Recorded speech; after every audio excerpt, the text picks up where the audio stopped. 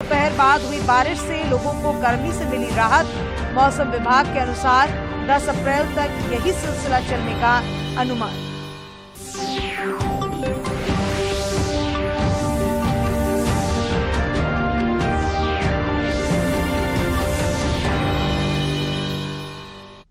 नमस्कार, खबरें झारखंड में आपका स्वागत है। मैं हूं अशीता आनंद और अब समाचार विस्तार से। प्रधानमंत्री नरेंद्र मोदी के यूरोप दौरे का आज आखिरी दिन है। प्रधानमंत्री ने एक ट्वीट कर आज का एजेंडा भी बताया है। उन्होंने कहा है कि भारत नॉर्डिक शिखर सम्मेलन और नॉर्डिक नेताओं के साथ द्विपक्षीय वार्ता में वो शामिल होंगे। इसके बाद वे फ्रांस के राष्ट्रपति इमैनुअल मैक्रोन के साथ बातचीत करने के लिए पेरिस रवाना होंगे।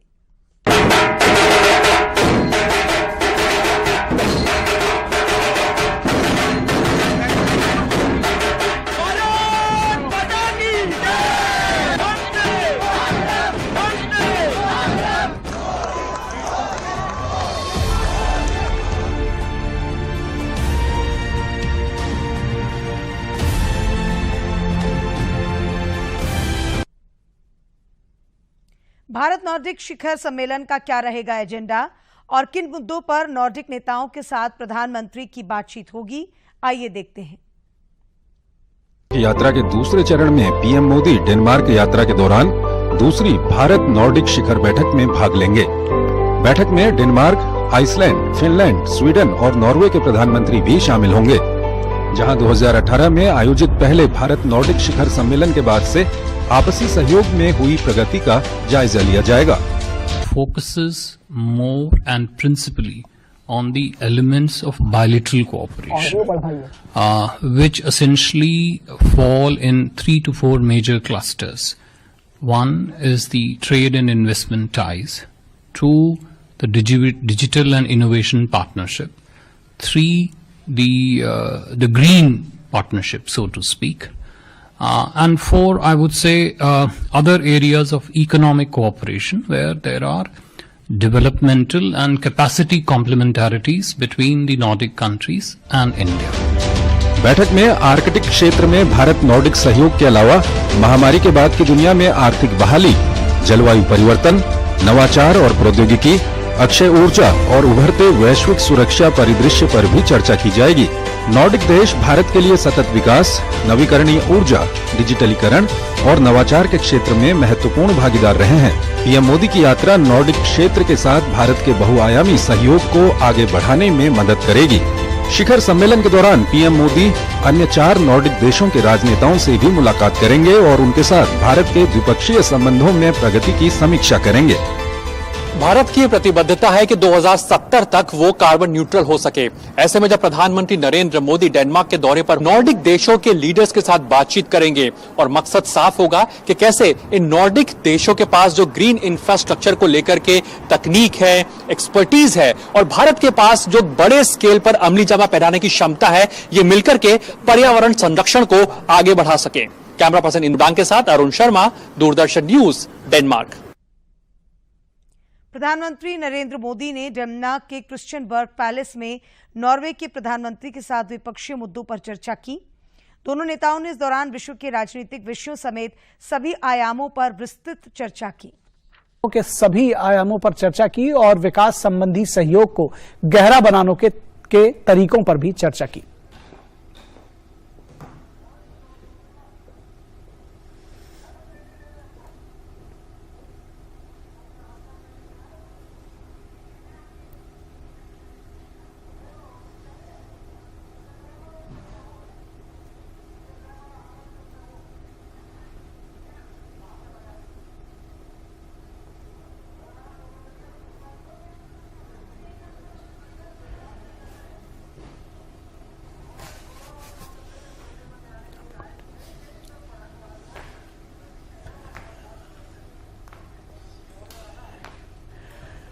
तो प्रधानमंत्री नरेंद्र मोदी की नॉर्वे के प्रधानमंत्री के साथ द्विपक्षीय मुद्दों पर चर्चा हुई है, गर्मजोशी के साथ मुलाकात हुई है और जिस तरह से ये मुलाकात है ये आप देख सकते हैं कि अपने आप में जो ये तस्वीरें हैं बहुत कहानी को अपने आप में बयां करती हैं कि किस तरह से गर्मजोशी के साथ इन दोनों देशों के नेताओं की मुलाकात हुई है और ऐसे में जो चर्चा हुई है वो भी काफी सार्थक और सकारात्मक हुई है। उसके तमाम बिंदु अभी कुछ समय में हम आपको अपडेट उस पर जरूर देंगे और द्विपक्षीय संबंधों के सभी आयामों पर चर्चा हुई है, इस तरह की जानकारी दी गई है। तो बहुत महत्वपूर्ण है ये मुलाकात और इसके तमाम मायने निकाले जा सकते हैं, इसके तमाम आयाम भी हैं। और अब बात पंचायत चुनाव की। पंचायत चुनाव में ओबीसी जाति के उम्मीदवारों को आरक्षण दिए जाने की मांग वाली याचिका को सुप्रीम कोर्ट ने खारिज कर दिया है।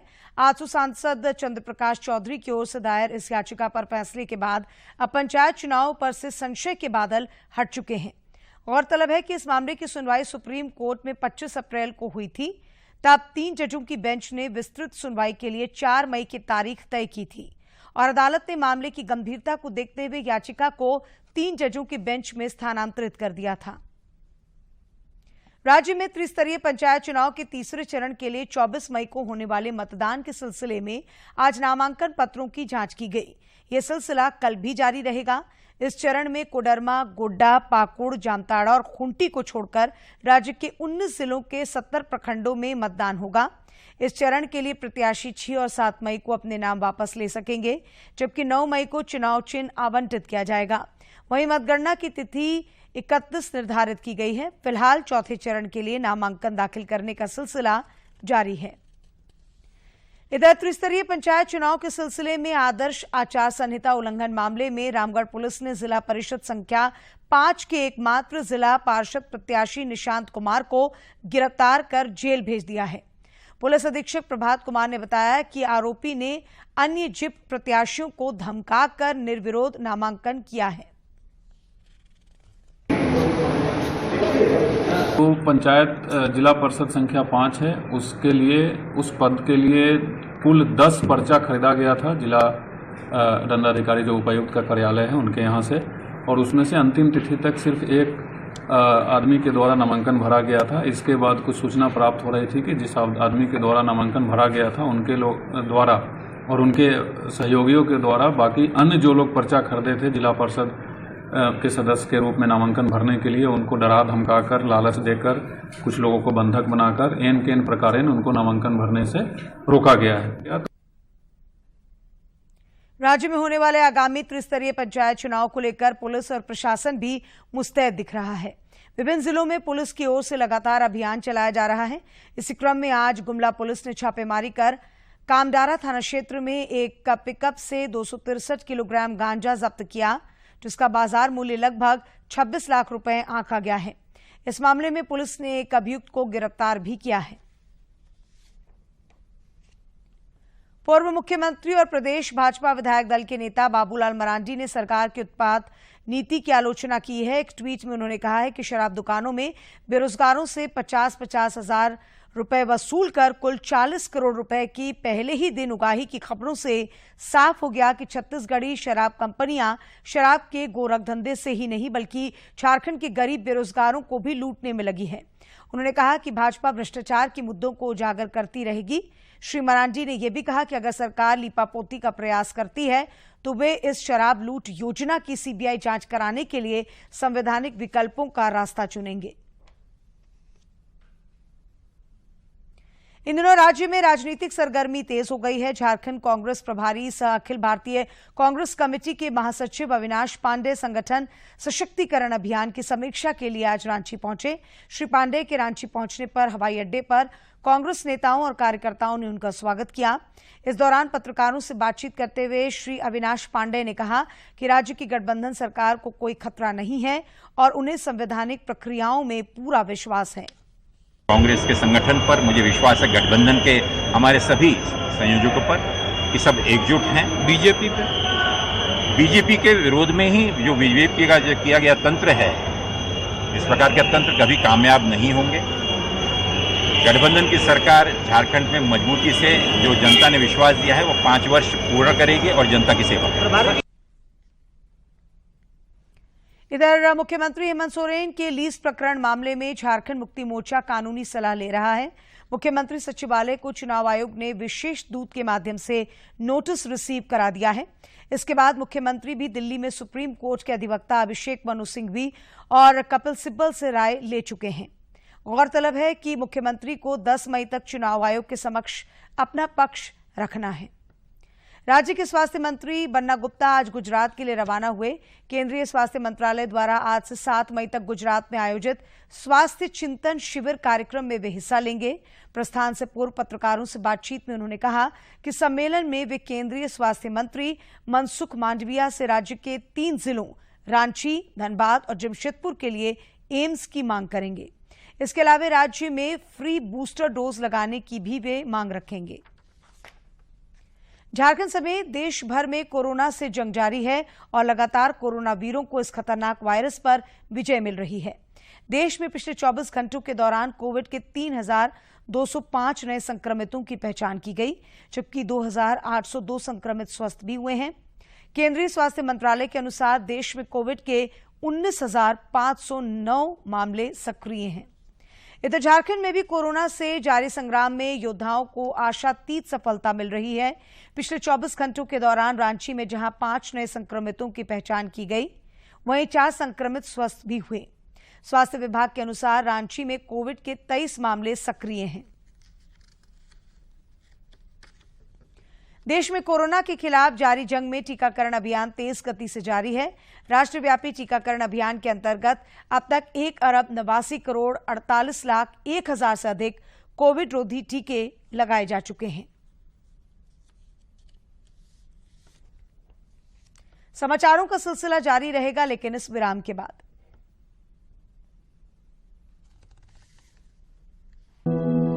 ढीवा चुन जाते हैं तो जब पत्थर उथर से चप जाता है तो कट जाता है, तो कभी छेनी भी उछल के लग जाता है। यानी अभ्रक की खदानों में काम करने वाले हमारे हाथ दिखते तो कभी नहीं आपको अपने आसपास। हमारी घुटन ही तो नहीं, कहीं आपकी चमक दमक का राज। ना करें ऐसी वस्तु का इस्तेमाल जो बाल शोषण से बनी हो।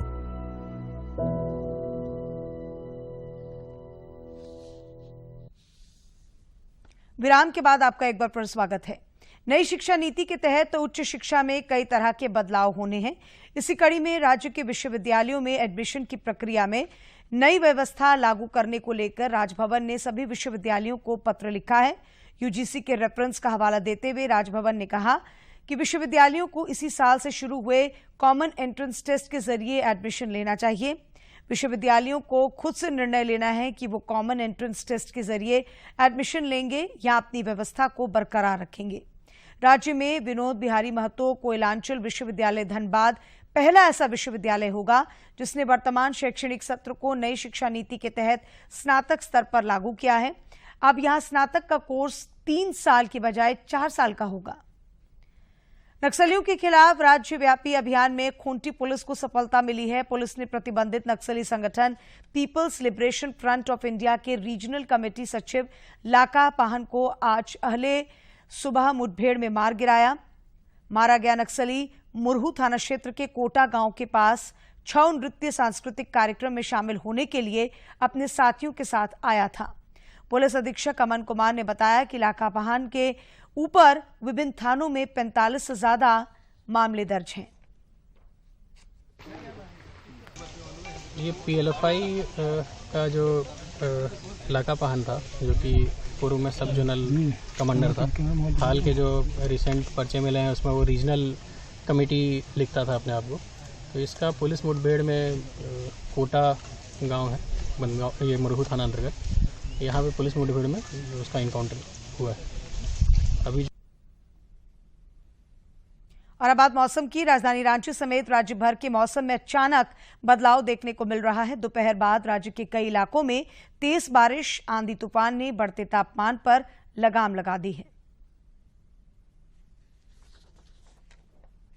रांची, हजारीबाग, गुमला समेत राज्य के कई इलाकों में पिछले कई दिनों से दोपहर बाद आई बारिश ने जहां एक ओर बढ़ते तापमान पर लगाम लगाकर मौसम को खुशनुमा बना दिया है, वहीं कई इलाकों में ओलावृष्टि से फसलों को नुकसान हुआ है। मौसम वैज्ञानिक अभिषेक आनंद ने बताया कि ये साइक्लोनिक दबाव का असर है। नीचे चल रहा है, जिस के कारण अभी आम जनों को थोड़ा सा गर्मी से राहत महसूस हो रही है। और बात करते हैं सिनोप्टिक फीचर की, तो 3 प्रमुख सिनोप्टिक फीचर हैं जो झारखंड को इम्पैक्ट कर रहे हैं या आने वाले समय में करेंगे। तो पहला है कि एक साइक्लोनिक सर्कुलेशन है जो दक्षिण पूर्व उत्तर प्रदेश और उसके आसपास में स्थित है, वो 1.5 किलोमीटर एबव मीन सी लेवल एक्सटेंड कर रहा है। वहीं अभिषेक आनंद ने बताया कि अगले कुछ दिनों तक राज्य के विभिन्न जिलों में मौसम का हाल ऐसा ही बना रहेगा। उन्होंने खास तौर पर कहा कि कुछ जिलों में तेज हवा के साथ ओलावृष्टि की भी संभावना है। कुछ इलाकों पे थंडरस्टॉर्म लाइटनिंग के साथ में बारिश देखने को मिल सकती है। और 7 और 8 तारीख में जो आपका पूर्वी भाग है झारखंड का, संथाल और कोल्हान वाला, और साथ साथ में जो मध्य भाग है वहां पे आपको थंडरस्टॉर्म लाइटनिंग के साथ में हल्की बारिश देखने को मिल सकती है। वैसे तो मौसम का मिजाज बदलने से लोगों ने राहत की सांस तो ली है, पर वज्रपात से कई पशुओं की मौत भी हो गई है। आंधी, तूफान और ओलावृष्टि ने फसलों को भी नुकसान पहुंचाया है। दूरदर्शन के लिए ब्यूरो रिपोर्ट। झारखंड के रणजी प्लेयर सुशांत कुमार मिश्रा को सनराइजर्स हैदराबाद की ओर से बुलावा आया है। इसकी पुष्टि बीसीसीआई द्वारा की गई है। सनराइजर्स ने सुशांत कुमार मिश्रा को बेस प्राइस 20 लाख रुपए पर अपनी टीम में बतौर तेज गेंदबाज शामिल किया है। उनकी सफलता से हरमू यूथ क्रिकेट एकेडमी के खिलाड़ियों के बीच उत्साह का माहौल है। और अब कुछ खबरें राज्य के विभिन्न जिलों से।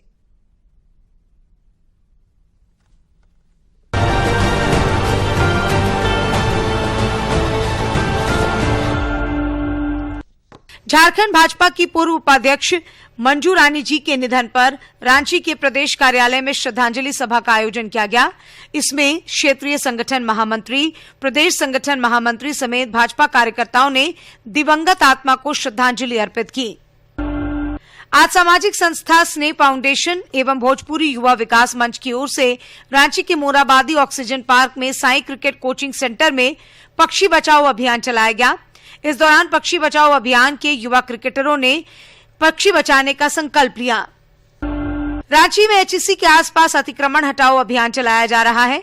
आज सुरक्षा कर्मियों ने डीटी 1880 के पीछे मैदान में अतिक्रमण कर बनाए गए आवासीय निर्माण को ध्वस्त कर दिया। नगर प्रशासन विभाग और सुरक्षा शाखा ने निवासियों से अतिक्रमण की जानकारी 0651240139 पर देने का अनुरोध किया है। कोरोना काल में बंद पड़े टाटा खड़गपुर पैसेंजर ट्रेन को फिर से चालू करने के लिए रेलवे की ओर से हरी झंडी मिल गई है। इस ट्रेन को 9 मई से चालू करने का आदेश दिया गया है। इसके बाद से ही इस ट्रेन को चालू करने के लिए विभागीय प्रक्रियाओं को पूरा किया जा रहा है। संबंधित विभाग के वरीय रेल अधिकारियों ने इसके लिए आवश्यक दिशा निर्देश भी दिए हैं। टाटा कांड्रा सड़क मार्ग पर सड़क दुर्घटना थमने का नाम नहीं ले रही है। लगभग प्रतिदिन 2 सड़क दुर्घटनाएं इसी मार्ग पर हो रही हैं। आज तड़के सुबह टाटा गम्हरिया थाना क्षेत्र के टीजीएस गेट के पास सर्विस रोड पर एक बाइक सवार युवक की डिवाइडर से टकराने से मौके पर ही मौत हो गई।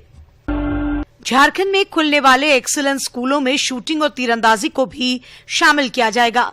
हर जिले के एक स्कूल ऑफ एक्सीलेंस में राइफल और पिस्टल शूटिंग रेंज की व्यवस्था होगी। शिक्षा विभाग ने राइफल शूटिंग एसोसिएशन से इसके खर्च का ब्यौरा मांगा है। तीरंदाजी को झारखंड के लड़के और लड़कियां काफी पसंद करते हैं। इस खेल में झारखंड का राष्ट्रीय स्तर पर काफी दबदबा है। रांची यूनिवर्सिटी के पीजी विभागों में पढ़ रहे छात्रों को अब एक साथ डुअल डिग्री प्राप्त करने का अवसर प्राप्त होगा। यानी पीजी की पढ़ाई कर रहे स्टूडेंट्स जापानी भाषा, रेडियो जॉकी समेत अन्य सर्टिफिकेट कोर्स में एडमिशन ले सकेंगे। ये एड ऑन कोर्स के कारण संभव हुआ है। ऐसे कोर्सों की संख्या 14 है। इन सर्टिफिकेट कोर्स को एड ऑन कोर्स की श्रेणी में डाल दिया जाएगा। बदलते मौसम ने एक बार फिर अधिकतर घरों में बीमारियों को घुसा दिया है। 2 दिनों पहले तक लोग भीषण गर्मी के कारण हीट वेव की चपेट में आ रहे थे और दस्त, उल्टी और बुखार के शिकार हो रहे थे। वहीं पिछले 1-2 दिनों से मौसम में हो रहे उतार चढ़ाव के कारण अस्पतालों में पहुंच रहे सर्दी, खांसी और बुखार के मरीज बढ़ गए हैं। बीमार बच्चों की संख्या में भी 30% की बढ़ोतरी हुई है। तेज आंधी व बारिश के बीच वज्रपात की चपेट में आने से गुमला के अरमई पंचायत में 6 और पुगु पंचायत में 2 पशुओं की मौत हो गई। हर रोज दोपहर में मौसम के बदलने और आंधी तूफान के आने से खुले में रह रहे पशु इसकी चपेट में आ रहे हैं। झारखंड के कई जिलों के उपायुक्तों ने बढ़ती गर्मी की वजह से स्कूलों के समय में बदलाव कर दिया था, जिसके बाद स्कूल और शिक्षा विभाग ने परेशानियों से अवगत कराया। इसे देखते हुए पूर्व में लिए गए फैसले को रद्द कर दिया गया है। अब स्कूल फिर से सुबह 6 से दोपहर 12 बजे तक चलेंगे। झारखंड मेधा छात्रवृत्ति परीक्षा के लिए फॉर्म जमा करने की तारीख बढ़ा दी गई है। अब 21 मई तक आवेदन जमा हो सकेंगे। पहले इसकी तिथि 30 अप्रैल निर्धारित की गई थी। इस परीक्षा से राज्य के 5000 विद्यार्थियों का चयन छात्रवृत्ति के लिए किया जाएगा।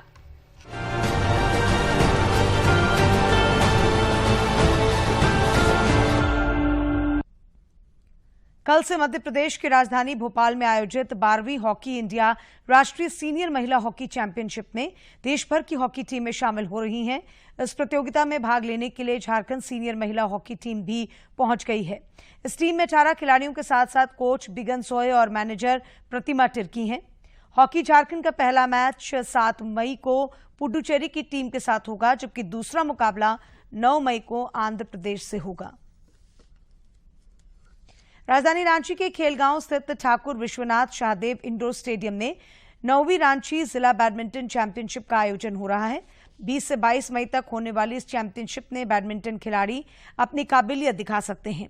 बैडमिंटन संघ के एन.के. डे ने जानकारी देते हुए बताया कि इस चैंपियनशिप में लड़के और लड़कियों के सिंगल्स और डबल इवेंट होंगे। इसमें 11, 13, 15, 17 और 19 साल की आयु वर्ग के खिलाड़ी शामिल हो सकते हैं। पुरुषों और महिलाओं के सिंगल्स और डबल्स में कोई उम्र सीमा निर्धारित नहीं की गई है। इसके अलावा 35 से लेकर 75 साल के आयु वर्ग के खिलाड़ी भी इसमें भाग ले सकते हैं। प्रतियोगिता में एंट्री के लिए आखिरी तारीख 17 मई तय की गई है। रामगढ़ में मिनी हाइड्रो पावर प्लांट बनाकर एक ग्रामीण ने बिजली का उत्पादन किया है। पूरे गांव को बिजली देने के सपने को पूरा करने के लिए वे सरकार से मदद की अपील कर रहे हैं।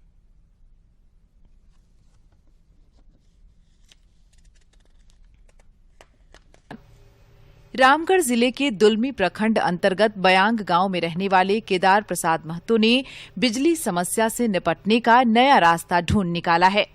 केदार प्रसाद ने वर्षों के अथक प्रयास के बाद देसी जुगाड़ से 5 किलोवाट बिजली का उत्पादन कर मिसाल कायम किया है। इस बिजली से अभी गांव के मंदिर और चौक चौराहे रोशन हो रहे हैं। 12 वोल्ट के बिजली उत्पादन से शुरुआत कर यह कामयाबी 5 किलोवाट बिजली उत्पादन तक पहुंच चुकी है। केदार प्रसाद महतो ने कहा कि सरकार मदद करे तो दूसरे गांव भी रोशन हो सकते हैं। जैसे हम सोच रखे थे कि मिनी हाइड्रो पावर प्लांट इस नदी से बनाएंगे, और जब बिजली का समस्या होती थी तो उस समस्या को देखते हुए कि इस मिनी हाइड्रो पावर प्लांट से बिजली का समस्या को दूर करने का सोच रखे थे, तो अभी बनाए हैं। 5 किलोवाट का बिजली पैदा कर रहे हैं और गांव के मंदिर और चौक में जला रहे हैं। केदार प्रसाद महतो के साथ रहने वाले ग्रामीणों ने मिनी हाइड्रो प्लांट बनाने के इस सफर को बताते हुए कहा कि सरकार से भी मदद मिलनी चाहिए ताकि इससे पूरा गांव रोशन हो सके। सरकार से मदद कुछ नहीं मिला है, अगर मिलेगा तो ये कुछ और बढ़ा के दिखाएगा। अपने से बिजली उत्पादन कर रहे हैं और यह बहुत खुशी की बात है कि आज नहीं तो कल फिर हम लोग को अपने ही गांव के अपने ही आदमी अपने ही गांव में बिजली देंगे। हम लोग नदी नहाने आते थे तो देखते थे कि खेल खेल में ही मिनी हाइड्रो पावर प्लांट बना दिए, काफी दिनों से लगे हुए हैं। बिजली विभाग के पदाधिकारी भी केदार की इस पहल की सराहना कर रहे हैं। उनका कहना है कि आए दिन ऊर्जा पैदा करने में राशि खर्च हो रही है, ऐसे में हाइडल से बिजली पैदा करना तो वरदान जैसा है। हम समझते हैं कि ये बहुत ही अच्छा कार्य है। ये बहुत ही एक नॉन टेक्निकल, जो कि आपने कहा कि नॉन टेक्निकल होकर के ऐसा किया है, ये बहुत ही उस क्षेत्र के लिए नहीं, झारखंड प्रदेश के लिए है। रामगढ़ बिजली विभाग के एग्जीक्यूटिव इंजीनियर ने इसे बेहतर कदम बताते हुए कहा कि सरकार अगर प्रोत्साहित करे और लोगों को ट्रेनिंग दे तो इससे काफी फायदा होगा। लोगों को इससे सीख भी लेना चाहिए और झारखंड प्रदेश में ऐसे बहुत ऐसे जगह हैं जहां इसका प्रयोग किया जा सकता है। झारखंड में मिनी हाइड्रो पावर प्लांट लगाने की अपार संभावनाएं हैं। अगर सरकार इस ओर ध्यान दे तो राज्य में बिजली की समस्या से निजात मिल सकती है। दूरदर्शन समाचार के लिए रामगढ़ से के तिवारी की रिपोर्ट। मोबाइल और इंटरनेट के इस युग में चिट्ठी लिखने का प्रचलन तो घटा है, लेकिन ग्रामीण क्षेत्रों में डाकघरों का क्रेज अभी भी बरकरार है। पिस्का नगरी में एक ऐसा ही ग्रामीण डाकघर है जहां से आज लगभग 100 गांव के लोगों के दरवाजे पर चिट्ठियां पहुंचती हैं। यह है पिस्का नगरी का प्राचीन डाकघर।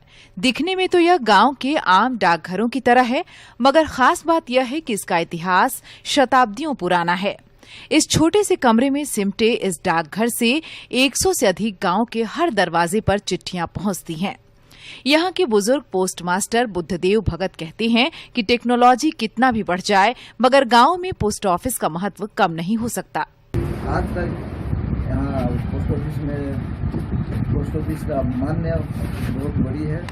ये लोग कुछ बोलते हैं कि नहीं होती है काम, लेकिन टेक्नोलॉजी होने से भी पोस्ट ऑफिस का अभी बिना पोस्ट ऑफिस का आदमी का काम ही नहीं चलेगा।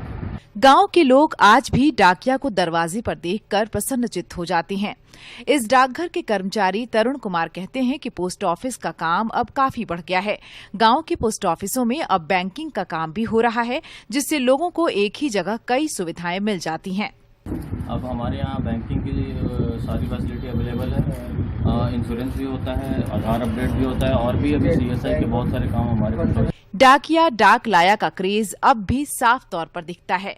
पिस्का डाकघर से संदेशों का खजाना लेकर लालगुटवा के द्वार पहुंचने वाले डाकिया भोला प्रसाद कहते हैं कि समय के साथ काम करने का तरीका भी बदला है। अब चिट्ठी, रजिस्ट्री और पार्सलों की संख्या काफी बढ़ गई है। एक दिन में मेरे पीओ में 150, 200, 80, 90, 100 तक आता है। आज मेरा लेटर है 46। वर्षों से नगरी डाकघर के लिए डाक ढोने वाले लक्ष्मी नारायण सिंह बताती हैं कि उनका काम सुबह 4 बजे से ही शुरू हो जाता है। उन्होंने कहा कि कोशिश ये रहती है कि समय पर लोगों को डाक पहुंच जाए ताकि उन्हें परेशानी न हो। 4:50 में लोहरदगा का ट्रेन आती है, जिससे डाक रिसीव करते हैं। इतना बड़ा बोरा आता है, उसको हम अपने गाड़ी में लोड करके यहाँ लाते हैं। आज ग्रामीण डाकघर महज चिट्ठी पत्री के लिए नहीं रह गया है, बल्कि अब यह बहुआयामी कार्यों का केंद्र बिंदु बन गया है। दूरदर्शन समाचार के लिए रांची से प्रताप की रिपोर्ट। दूरदर्शन झारखंड पर पल पल की खबरों से जुड़े रहने के लिए आप हमारे social media platform Twitter, Facebook और यूट्यूब से जुड़ सकते हैं, क्योंकि खबरों से जितना बाखबर रहना जरूरी है, उससे ज्यादा जरूरी है सटीक, संतुलित और निष्पक्ष समाचार। हमारा ट्विटर हैंडल है DD न्यूज झारखंड और फेसबुक पेज है RNUDDK। आप हमें YouTube channel Jharkhand DD news पर भी देख और सुन सकते हैं।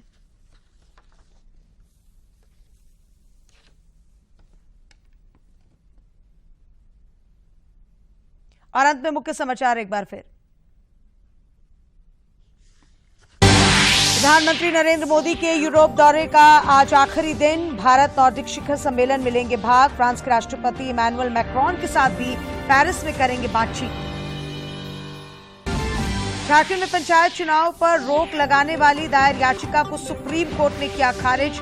अदालत ने कहा चुनाव जरूरी, देर नहीं कराई जा सकती। राज्य में राजनीतिक सरगर्मी बढ़ी। लीज मामले में झामुमो ले रहा कानूनी सलाह। कांग्रेस प्रभारी पहुंचे रांची, कहा गठबंधन सरकार को खतरा नहीं। भाजपा ने नई शराब नीति पर उठाए सवाल। और राजधानी रांची समेत विभिन्न जिलों में दोपहर बाद हुई बारिश से लोगों को गर्मी से मिली राहत। मौसम विभाग के अनुसार 10 अप्रैल तक यही सिलसिला चलने का अनुमान।